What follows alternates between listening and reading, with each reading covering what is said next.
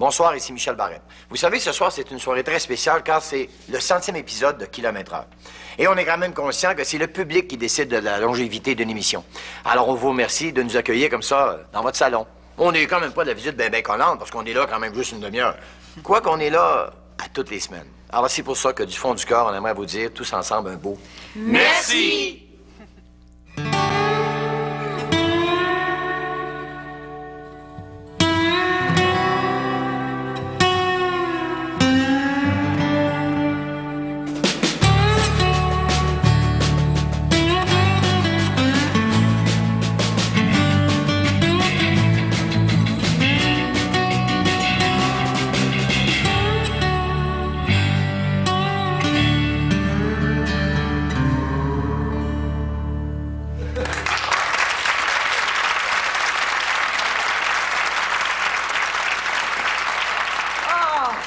Fais-tu assez beau aujourd'hui?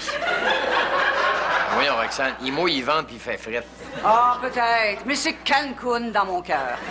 Ah non, je suis allée à un colloque sur les méthodes de gestion moderne des ressources humaines organisé par la Jeune Chambre de commerce et j'en suis sortie de là, tellement stimulée.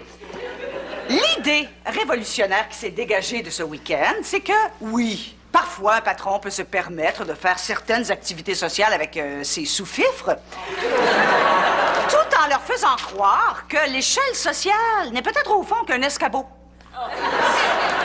Arrête, Mère Teresa, de nous faire broyer. Mais pour arriver là, à cette illusion d'égalité, il va falloir appliquer cette notion que j'ai apprise ce week-end, c'est-à-dire le get-together.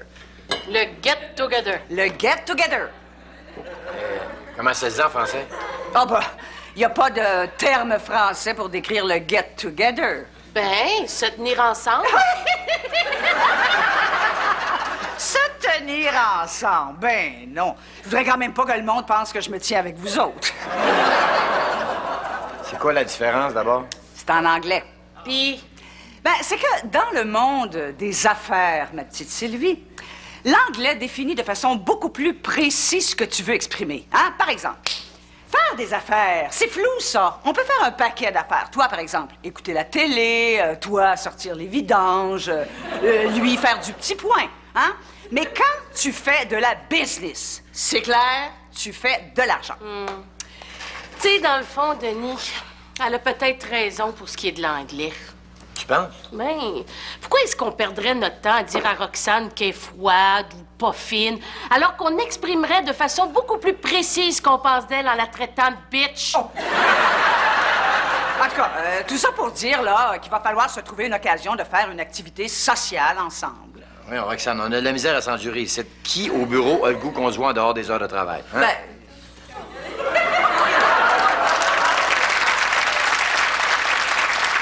Non, mais il fait ça assez beau aujourd'hui, hein?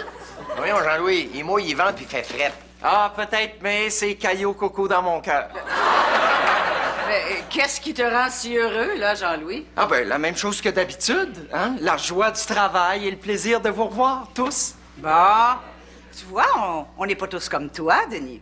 Tant mieux. Quoi? Qu'est-ce qui se passe au juste? Oh, pas grand-chose. C'est juste que Roxane a passé la fin de semaine dans un grand hôtel de la ville aux frais du bureau, puis qu'elle veut justifier ses dépenses en nous faisant payer le prix. Ah.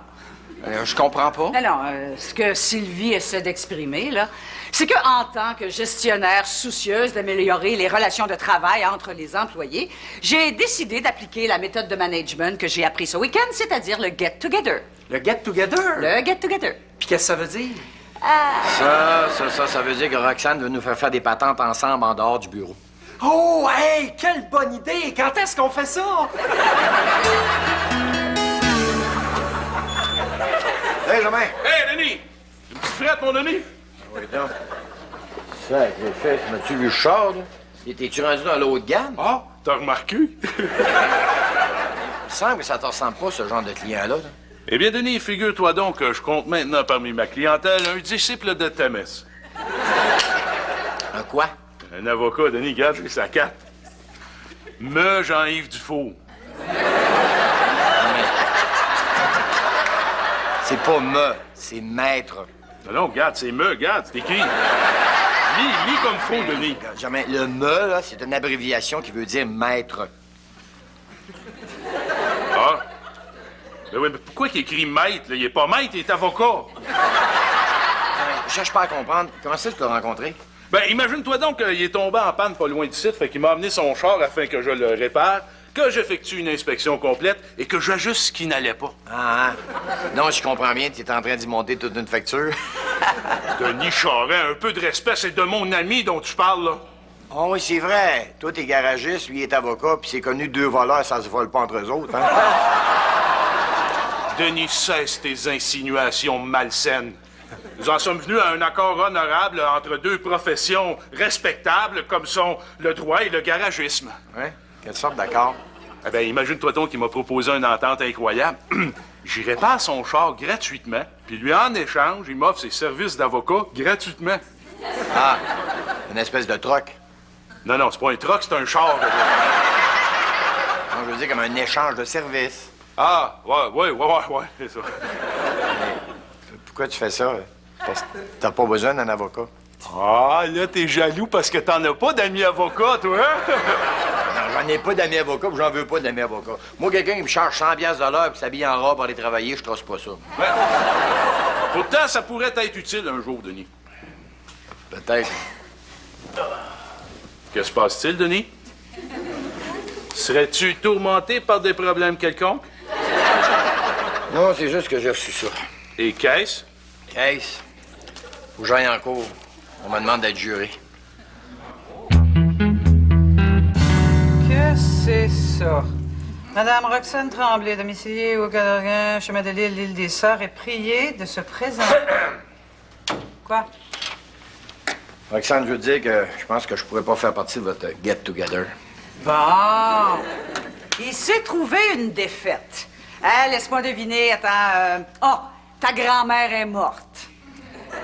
Non, mon devoir de citoyen m'appelle, puis j'ai pas d'autre choix que d'y répondre. Attends une minute, toi. T'as reçu une convocation pour faire partie du jury dans l'affaire Thibault? Ah oui? Pourquoi? Je n'ai une, moi aussi. Roxane? Je pourrais pas faire partie de ton get-together. Laisse-moi deviner. T'as reçu une convocation pour faire partie du jury dans l'affaire Thibault? Oui? Comment tu sais ça? On en a tous eu une. Oh ben, tu parles d'un addon, toi? Bonjour. Ah, d'après ce que je vois, vous avez reçu vos convocations. Mais, qu'est-ce que tu veux dire, Jean-Louis? Ben, moi-même, j'ai reçu une convocation de la Cour pour faire partie du jury. Alors, voyant que je cherchais d'autres candidats et que si moi, je faisais partie du jury, ben, ça risquait de compromettre notre get-together, ben, j'ai donné votre nom. Hey, vous rendez-vous compte? On risque de passer plusieurs jours passionnants ensemble.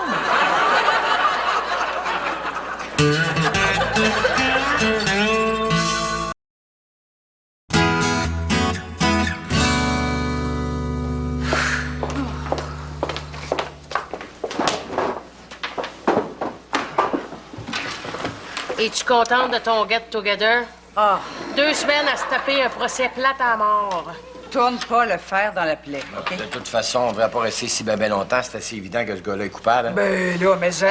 Tu sais, un jeune de même là, qui tapasse sur un pauvre dépanneur à coups de batte de baseball, là, ça mérite juste une chose. Quoi? Ben, la peine de mort. Ben, voyons, Roxane, la peine de mort a été abolie en 1976. Puis là, on se demande comment ça se fait qu'il y a tant de violence dans la société.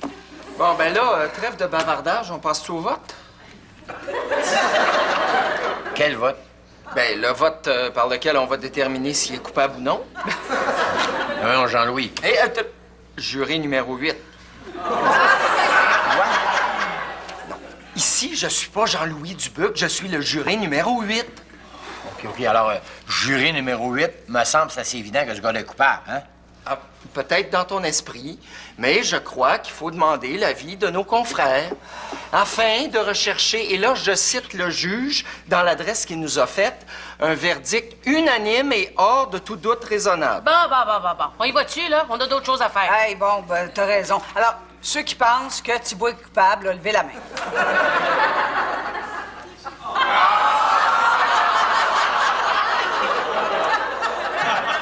Ben quoi, j'ai un doute? Ouais,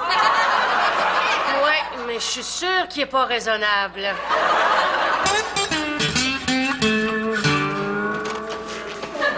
Hey,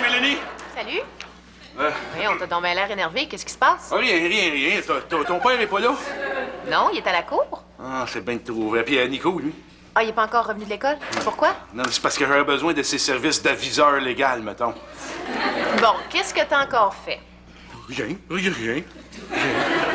Je n'ai qu'effectué des réparations sur le char d'un client avec tout le talent que je possède et au meilleur de mes capacités, mais semble-t-il que le client n'est pas satisfait de ma prestation car il a entrepris de me poursuivre. Ben oui, mais dans ce cas-là, pourquoi t'appelles pas ton avocat? Ben justement, celui qui me poursuit, c'est mon avocat. Écoute, Jean-Louis. Juré numéro 1. Je t'explique encore. Le gars est rentré dans un dépanneur avec une cagoule sur la tête et un bat de baseball dans les mains. Il est allé en arrière du comptoir, il a joué au baseball avec le monsieur, OK? Et là, il a volé des cigarettes puis de l'argent, puis il y a 2 témoins. Qu'est-ce que tu veux de plus? Je veux juste qu'on discute de certains points qui me semblent nébuleux. Comme quoi? Ben, comme, premièrement, l'objet contondant qui aurait servi au crime. Un bat de baseball. Hein? Ben là, moi, ici, j'ai écrit que l'avocat de la couronne a dit que c'était un objet contondant. Un bat de baseball, c'est un objet contondant. Ben, c'est pas ça qui a été mis en preuve. Écoute, chose, regarde, quand Vladimir Guerrero va jouer au baseball, il va-tu jouer au baseball avec un bat de baseball ou avec un objet contondant? Vladimir Guerrero? C'est qui ça, Guerrero? C'est un complice? Laisse faire, là, pas en chaîne. Bon, OK, bon. Il y a aussi que l'accusé a dit qu'il revenait d'une partie de balle molle quand il s'est arrêté au dépanneur. Ben là, d'après moi, c'est plausible. Ben oui. Il joue à balle molle avec un passe-montagne en plein mois de juillet. Tu vas me dire que c'est logique, ça? Non, ça s'explique. Il a été mis en preuve que le dépanneur était pourvu d'un système d'air climatisé. Jean-Louis! Hey, juré numéro 8! Hey, whatever, là! Chose, hein? Tu penses pas que tu commences à être déraisonnable, là? T'oublies qu'il a fessé sur le gars du dépanneur. Oui, mais il a peut-être sauvé la vie. Oui, sauver la vie! Il a failli le tuer! En apparence. Mais, tu sais, qui dit que c'était pas un geste de pur altruisme? Hein? Peut-être qu'il a vu une mouche qui s'apprêtait à le piquer. Hein? Et pour éviter que l'homme subisse la morsure de l'insecte et contracte le virus du Nil, eh bien, il a tout simplement éliminé la bestiole porteuse de mort. Comme ça, Mélanie m'a dit que t'avais besoin de moi? Avait besoin sont les mots exacts car j'ai réglé mon problème. Bon, ton avocat a laissé tomber la poursuite. Non, mais j'ai trouvé quelqu'un pour me représenter. Qui, ça? Mon avocat. Ah oui, mais c'est pas lui qui te poursuit. Non, Nico. Non, celui qui me poursuit, là, c'est Jean-Yves Dufour. Mais comme il me l'a si bien expliqué, mon avocat, c'est Maître Jean-Yves Dufour. Ah oui, mais Germain, c'est le même gars. Non, Nico, écoute-moi quand je parle, là. Celui qui me poursuit, là, c'est la personne civile Jean-Yves Dufour. Alors que mon avocat, c'est le professionnel, c'est l'homme de loi, c'est Maître Jean-Yves Dufour. Oui, mais Germain, ça n'a pas d'allure, ça. Voyons donc.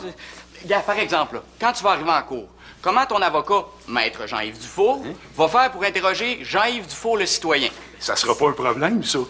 Ah non. Non, car comme me l'a si bien expliqué Maître Jean-Yves Dufour, il n'y a pas beaucoup de chances que la cause se rende à procès. On va probablement régler hors cours. Bon, fait que ça veut dire que tu as affaire de régler ça. Pas encore, car comme me l'a si bien expliqué Maître Jean-Yves Dufour, si je brandis la menace de poursuite, il y a plus de chances que mon adversaire me craigne et décide de régler à rabais. Ben oui. Puis il y a plus de chances que ton avocat te monte un bill aussi. Ah, ben là, que veux-tu, jeune Nicolas? Il faut sortir des sous quand on veut engager un très bon avocat puis faire valoir ses droits. Germain, c'est pas un avocat que ça te prend. C'est quoi? Un psychiatre.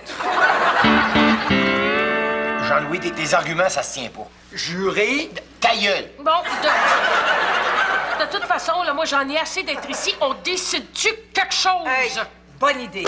Bon, ben là, étant donné que tout le monde a fait valoir son point, je propose qu'on passe au vote à nouveau.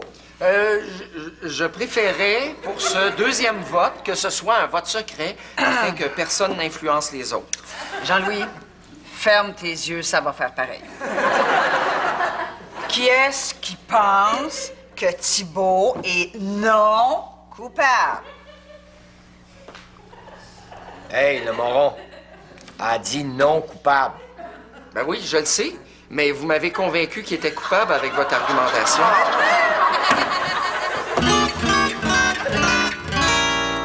Hey, Nico! J'ai besoin de ton aide. Bon, t'as enfin compris que ton avocat puis le gars qui te poursuit, c'est le même? Non, c'est pas ça. C'est juste que tantôt, je m'en vais en cours. Puis là, mon avocat, il m'a exposé plusieurs avenues et j'ai besoin d'une deuxième opinion avant de prendre une décision. Si une des avenues, c'est de te donner des pilules pour les maladies mentales, saute sur l'occasion. Mélanie, c'est d'une deuxième opinion dont j'ai besoin, pas d'une troisième, hein? Laisse Nicolas répondre. Ben, je suis assez d'accord avec Mélanie, hein? Bon, OK d'abord, OK. Moi, me débrouiller tout seul. Ben non, là. Allez, vas-y, assis-toi, là, puis dis-moi c'est quoi tes possibilités de règlement. Bon, là, j'ai le choix entre régler en cours pour la moitié de la somme réclamée ou poursuivre les démarches puis laver mon nom en justice. Bon, regarde, Germain, là. Je pense sincèrement que tu devrais régler ça hors cours. Tu penses que c'est la meilleure solution pour mettre fin à la poursuite? Non. C'est la meilleure solution pour mettre fin à toute cette niaiserie-là. Ben oui, c'est pas de la niaiserie, tu sauras. Non, c'est une schizophrénie. Très bien, mes jeunes amis. Je vois que je ne peux compter sur votre appui, alors je vais continuer mes démarches tout seul en me fiant à mon instinct et à la justice des hommes. Puis ça coûtera ce que ça coûtera.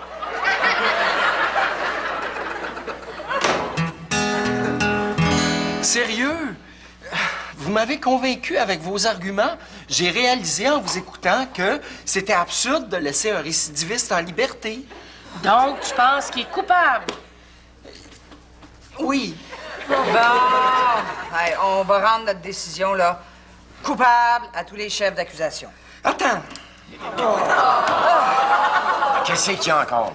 Ben, c'est parce que tout d'un coup, il est pas coupable. Tu sais, on s'apprêterait à commettre une erreur judiciaire, je me le pardonnerais jamais. Tu sais, c'est peut-être un innocent. Non, le seul innocent là-dedans, c'est toi. Oh, que c'est pas facile de rendre la justice. Là, tu vas te brancher, sinon c'est moi qui va prendre un objet contondant, puis moi, te brancher. Bon, OK. Voici ce que je vais faire. Je vais vous laisser voter sans moi, puis après, je me rallierai à la majorité. Bon, enfin une parole sensée. On passe au vote. Qui vote coupable? Coupable. Ah. Bon, on peut-tu sacrer notre camp, à cette heure? Ben là, il reste juste à signifier au juge Bolivar là, que notre verdict est unanime. Est-ce qu'il y a quelqu'un qui a de l'eau puis du savon? Quoi faire? Pour m'en laver les mains. Hé, mes jeunes amis! Hein, Germain? Salut. Puis? Eh bien, vous êtes en train d'admirer le vainqueur d'une lutte épique qui a eu lieu cet après-midi dans l'arène judiciaire et où ont triomphé droit et justice. T'as gagné? Oui, monsieur! Et là, comment t'as fait? Il a plaidé l'aliénation mentale. Pas du tout, Mélanie. C'est grâce à la présence de mon avocat à mes côtés. Hein? Là, je te suis pas, là. Eh bien, voici. Maître Jean-Yves Dufour a décidé de m'appuyer dans ma démarche, ce qui fait que Jean-Yves Dufour, le citoyen, n'a pas pu se présenter pour défendre sa cause. Donc, j'ai gagné par défaut sur toute la ligne et je n'ai pas eu à rembourser à Jean-Yves Dufour, le citoyen, les 3 000 $ qu'il me réclamait. Wow! Puis comment ça t'a coûté en frais d'avocat? 5 000 $. Grosse victoire. Shit! Bon, on peut-tu rendre notre verdict, là? Non. Comment ça? Hey, le juge s'est récusé. Il faut recommencer à zéro.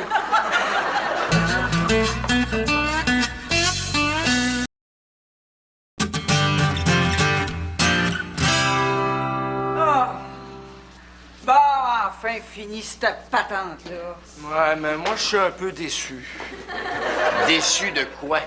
Ben, j'ai l'impression que j'ai failli à mon devoir de citoyen en refusant de faire partie du nouveau jury. Ouais, mais si t'avais été moins têteux aussi, on aurait peut-être eu le temps de rendre un verdict, puis t'aurais pu faire ton devoir de citoyen, comme tu dis. Ouais, peut-être. De toute façon, j'ai faim. On va-tu manger au restaurant? Oh, bonne idée. Ça va me donner le temps de laisser passer le trafic. Ben, on va-tu au Cocorico Barbecue? Bonne idée. Oh, je suis pas sûr. Pourquoi? Ben, c'est parce que c'est du poulet, puis j'ai peur de la salmonellose. On pourrait pas aller au végétarien à place? Bien, on pourrait peut-être passer au vote. Oh, bonne idée! Au vote secret, même? Oh oui, oui, oui. OK, ferme tes yeux.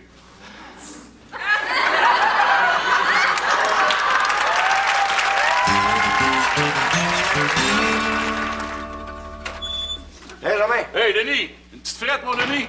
Ah oui, donc. Une autre voiture de luxe? Pas un autre avocat, j'espère. Là. Non, cette fois-ci, c'est un médecin. Regarde. Là, sa carte. Drr Louis Lacoste. Germain, c'est pas drrr, c'est docteur. Ah non, regarde, c'est écrit Drr Louis Lacoste. Germain, le drrr, c'est l'abréviation de docteur. Oh. Là, tu fais pas ça gratis, j'espère. Oh que non, j'ai fait un contrat échange avec lui. Qu'est-ce que tu veux dire? Ben, on fait du truck, là. Mais dans quel sens, l'échange? Ben, tu vois, moi, je répare son char gratuitement, puis si j'ai besoin de ses soins, ben, je paye rien. Oh, wow! C'est le fun, mais il y a juste un problème. Quoi? Ça coûte jamais rien d'aller voir le docteur.